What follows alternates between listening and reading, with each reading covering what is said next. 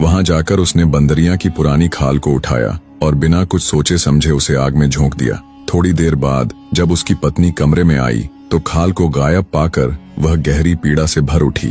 आंसुओं से भरी आंखों के साथ उसने कहा, तुमने यह क्या कर दिया राजकुमार? बस 3 दिन और इंतजार कर लेते तो हम हमेशा के लिए साथ रह सकते थे। अब हमारे रास्ते अलग हो गए हैं। यह कहते कहते वह एक सफेद रंग की कबूतर में बदल गई और खिड़की से बाहर उड़ गई। राजकुमार तुरंत उसके पीछे दौड़ा, पर कुछ दूर जाकर वह कबूतर अचानक गायब हो गई। इसके बाद वह अपनी पत्नी को ढूंढने के लिए जंगलों, घाटियों और पहाड़ों में भटकता रहा, मगर उसका कहीं अता पता नहीं चला। इस खोज में पूरे 2 साल बीत गए। अब वह थक कर चूर हो चुका था। उसके वस्त्र फट गए थे, चेहरा धूल धूसरित था और दाढ़ी भी बड़ी बड़ी हो चुकी थी।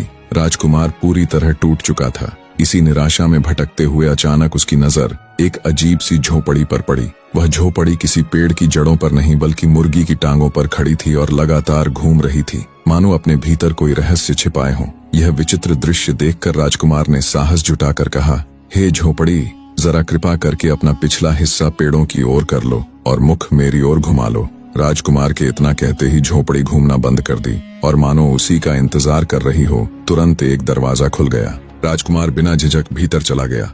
जैसे ही उसने अंदर कदम रखा, उसने एक वृद्धा स्त्री को देखा।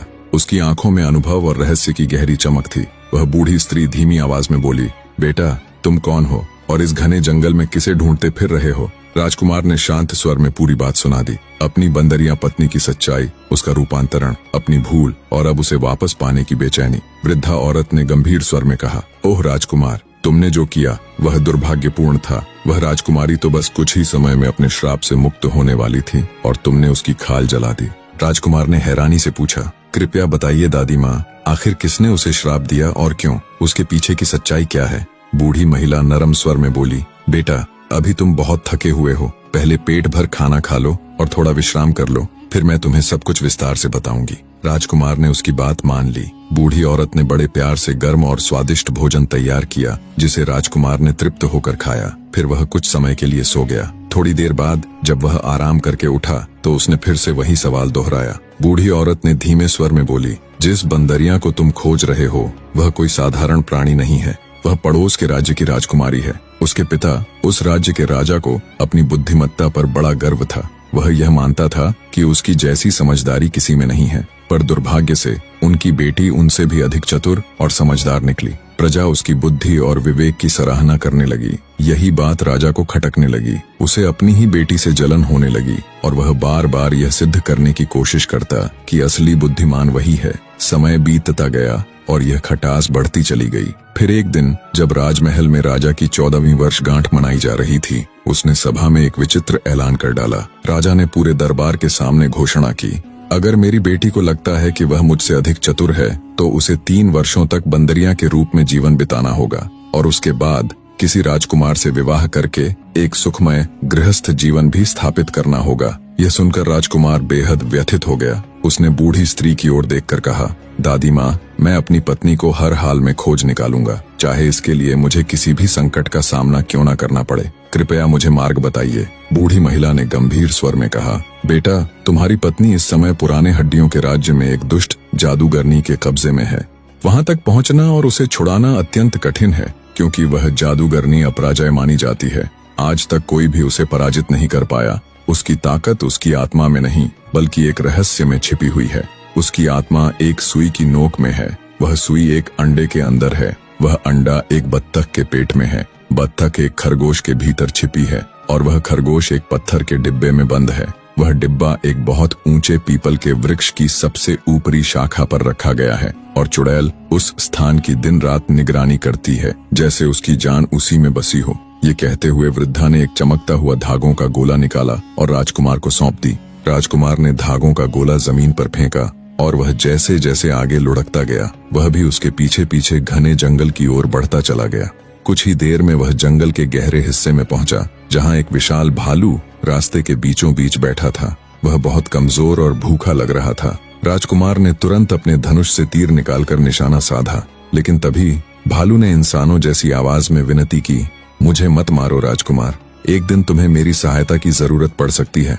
राजकुमार का मन पसीज गया। उसने धनुष नीचे रख दिया और भालू को बिना कोई नुकसान पहुंचाए आगे बढ़ गया। कुछ दूरी पर चलते हुए उसके सिर के ऊपर एक सफेद नर बत्तख उड़ता दिखाई दिया। राजकुमार ने जैसे ही तीर चलाने के लिए कमान चढ़ाई, उसी क्षण बत्तख बोली, हे राजकुमार, कृपया मुझे जीवन दान दो, समय आने पर मैं तुम्हारे काम आऊंगी। यह सुनकर राजकुमार ने उस पर भी तीर नहीं चलाया और चुपचाप आगे बढ़ गया। थोड़ी ही देर में एक खरगोश झाड़ियों से निकलकर उसके रास्ते को पार करने लगा। राजकुमार ने झट से धनुष उठाया, लेकिन तभी खरगोश भी बोला, मुझे मत मारो राजकुमार, एक दिन मैं भी तुम्हारे लिए कुछ कर सकता हूँ। राजकुमार ने फिर से अपने हाथ रोक लिए और उस नन्हे प्राणी को भी जाने दिया। राजकुमार लगातार चलते चलते एक सुंदर सी झील के किनारे जा पहुंचा। वहां उसकी नजर एक मछली पर पड़ी जो किनारे पर पड़ी छटपटा रही थी, जैसे पानी की एक एक बूंद के लिए तड़प रही हो।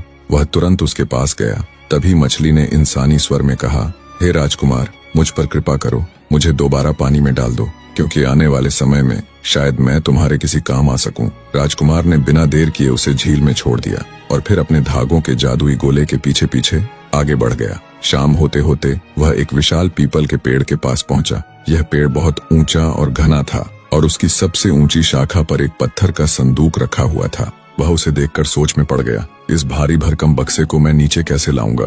तभी अचानक वहीं पर वह भालू प्रकट हुआ, जिससे राजकुमार पहले जंगल में मिला था। भालू ने अपनी ताकतवर भुजाओं से पेड़ को पकड़कर जोर जोर से हिलाना शुरू किया। पेड़ पर रखा वह पत्थर का बक्सा नीचे आ गिरा और टूटकर बिखर गया। बक्से के अंदर से एक खरगोश बिजली की गति से बाहर निकला और भागने लगा। तभी कहीं से दूसरा खरगोश आ गया, वही जिसे राजकुमार ने पहले जंगल में जीवित छोड़ा था। उसने उस पहले खरगोश का पीछा किया और जैसे ही दूसरे खरगोश ने पहले को पकड़ा तो उसके भीतर से एक सफेद बत्तख उड़ती हुई आसमान में निकल गई। उसी पल वह सफेद नर बत्तख आ गया जिसे राजकुमार ने पहले जीवन दान दिया था। उसने बिजली सी तेजी से उड़ती बत्तख को जोर से मारा, जिससे उसके भीतर छिपा अंडा बाहर निकलकर झील में गिर गया। राजकुमार निराश होकर सोचने लगा, अब वह अंडा झील से कैसे निकालेगा। तभी उसे अपनी आंखों पर यकीन नहीं हुआ। वही मछली जिसे उसने बचाया था, अंडा अपने मुंह में दबाए किनारे की ओर तैरती आ रही थी। राजकुमार ने वह अंडा उठाया और ध्यान से फोड़ा। भीतर एक बारीक सुई छिपी थी।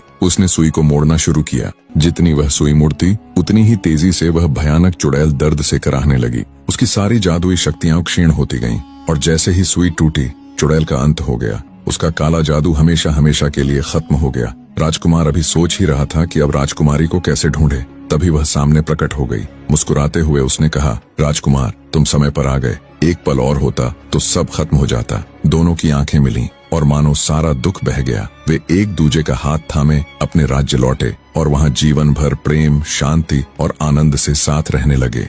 कहते हैं, सच्चा प्रेम और सहनशीलता ही जीवन की सबसे बड़ी ताकत है। हमारे बाहर के रूप से ज्यादा हमारे अंदर की अच्छाई मायने रखती है। कठिनाइयों और गलतफहमियों के बीच भी अगर हम अपने दिल की सुने तो हर मुश्किल आसान हो जाती है। दोस्तों, नीचे कमेंट में जरूर बताएं कि आपको यह कहानी कैसी लगी और आप किस तरह की कहानी अगले वीडियो में देखना चाहेंगे। आपका फीडबैक हमारे लिए बहुत महत्वपूर्ण है।